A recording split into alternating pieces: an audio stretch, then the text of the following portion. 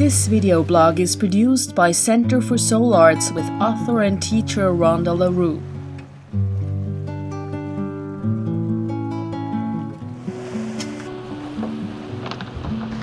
Look and see with me.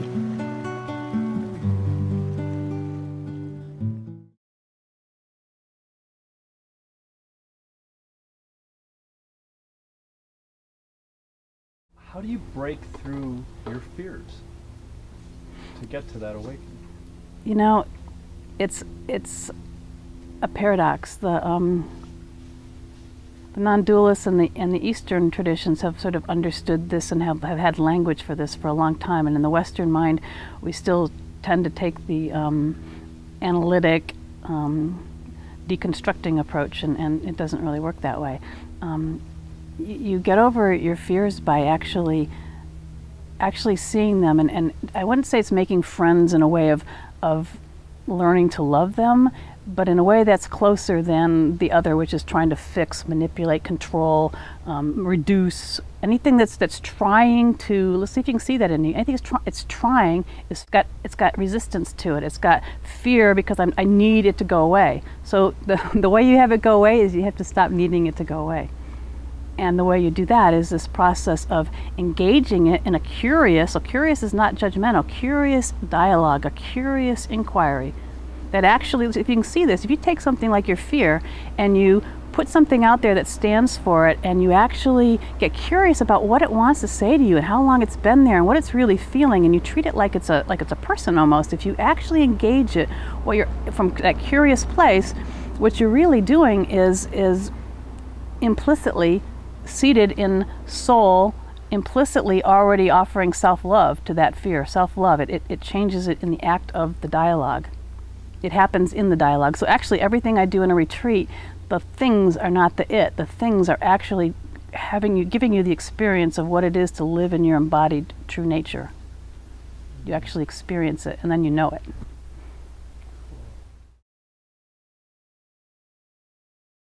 So why do we stay stuck? Because for one thing, our culture teaches us nothing about consciousness. So we're not given any of the skills. We don't even know there is such a thing. So when we think that once we're an adult, it's fini, you know, we don't realize there's more and more developmental levels that are meant to awaken. So just like, you know, the terrible twos or you know, the awkwardness of the teens, there's phase after phase. You know, the 40s has its own phase and it comes as angst, and most people don't know that it's a consciousness calling, and instead take it on as a midlife crisis, and, you know, get a new car or a new wife or a new, you know, hair job or whatever. We stay stuck because we aren't taught in it, and if we were taught, we would know how to break ourselves free, because it's incredibly simple. It's incredibly simple. How did you know this was your gift? I had this experience once. I'll have to backtrack, but this comes to my mind when you say it. I was sitting leading a group for the first time after I'd been doing the private retreats for a while, and I wasn't sure if the same incredible, like life-changing, lasting change could happen in a group setting, if I could do the same thing as the one-on-one. And as I sat down, and people had flown in from all over the world, and they were all like waiting for the thing to happen and start, and I was sitting down in my place of emptiness, not knowing at all what I was going to do, because I I follow something. And I had this thought come through my head as I was sitting there, and it was very strong. It was like, it was this is what it feels like to be doing what you were born to do. And it was awesome, because in that moment I realized that what I'm born to do is to show other people what they're born to do. So it was like a double great whammy. And how did I know? I didn't.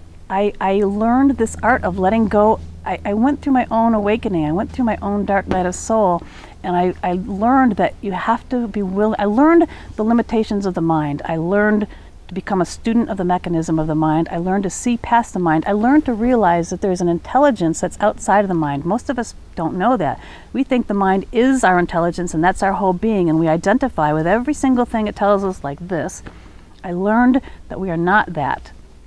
So by learning we are not that, I learned this language of the soul, this greater intelligence that's much more fluid and here in the moment, and it resides in the stillness, which is why people talk about stillness and the empty spaces.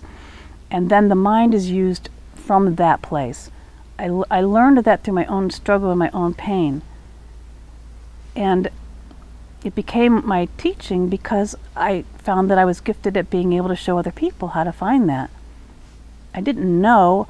I just, when I wrote my first book, I put it out there because I wrote it, and people started contacting me, so I started opening my home. I'm following the same way I teach people here to follow.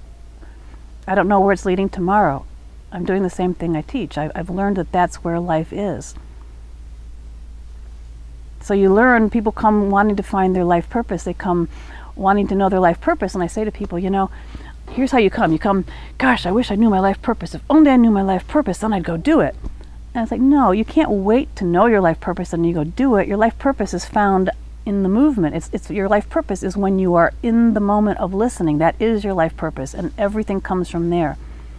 So I don't even know as we're speaking now what I'm going to say. I go completely empty, and I allow the truth of the moment to show up, and that speaks through me. That's what I learned. I have this unique sanctuary property. It's 1.5 acres, and it's got wildness, but it's got artisanness. It's got art studio and a shop and bees and a meditation hut and a fire pit and a sauna, and it's just wind chimes. And so I think it's a great place for people to come who like the idea of really like a vision quest going into solitude, but in a very safe, normal place. You know, I believe in beauty, and I love beauty, and I love great food, and I love ambiance. So there's torches and candles, and it's really beautiful. So it's a place to have the sense of nature and whatever comes with being in a neighborhood. Sometimes we hear, you know, the neighbor making out with his blower. Sometimes we hear a plane fly overhead, and sometimes you hear the chickens scratching like they are right now. It's very real. And I think that's partly what helps ground a person in what they are learning within themselves too, because it's very real. It's not cut off in a little retreat. So Rhonda, you teach people and you help them with all their breakthroughs, and you've changed people's lives. How has this affected you in your life?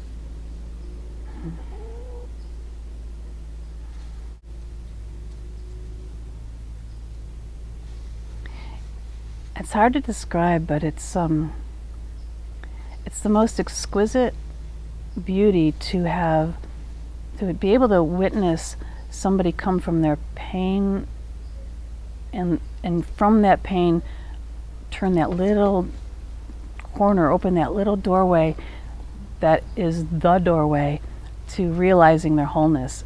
And I guess what's so amazing about it is it takes, you know, when we suffer, you know. When you're confused, you're confused. When you're despairing, you're despairing. I mean, I've been those places. So to be able to help a person who's a place where I had also been, and I know what it's like to be there, to have that opening happen, to have that love pouring back in, it makes all my life of struggles and my own suffering so much more than worth it. It's so profound to be able to have it turned from its despairing loss and hopelessness into an absolute love affair with living again. I mean, what could be better? I feel so amazingly blessed and enriched. And I still have my struggles, we all do. So it keeps me vulnerable, it keeps me humble, it keeps me in awe. I'm amazed at the courage of the people that come, some of the things they come with. I mean, I've had so many people here that were suicidal when they arrived, and their lives are absolutely glowing now. And it doesn't mean all their problems are gone. It means they've seen this other richness, and they've learned what it is to become an artist of their life and to fall in love with the mystery of it. To really fall, because what else have you got to give life but to actually live it? There's nothing else to give.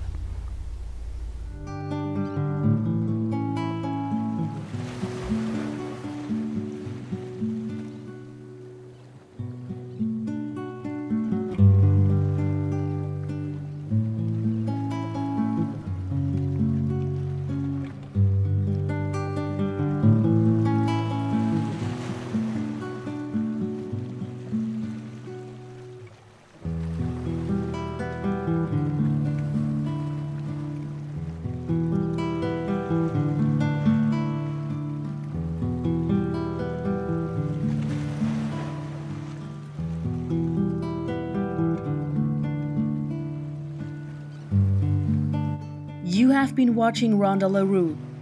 For more information about events and programs with Ronda LaRue, please visit www.centerforsoularts.com.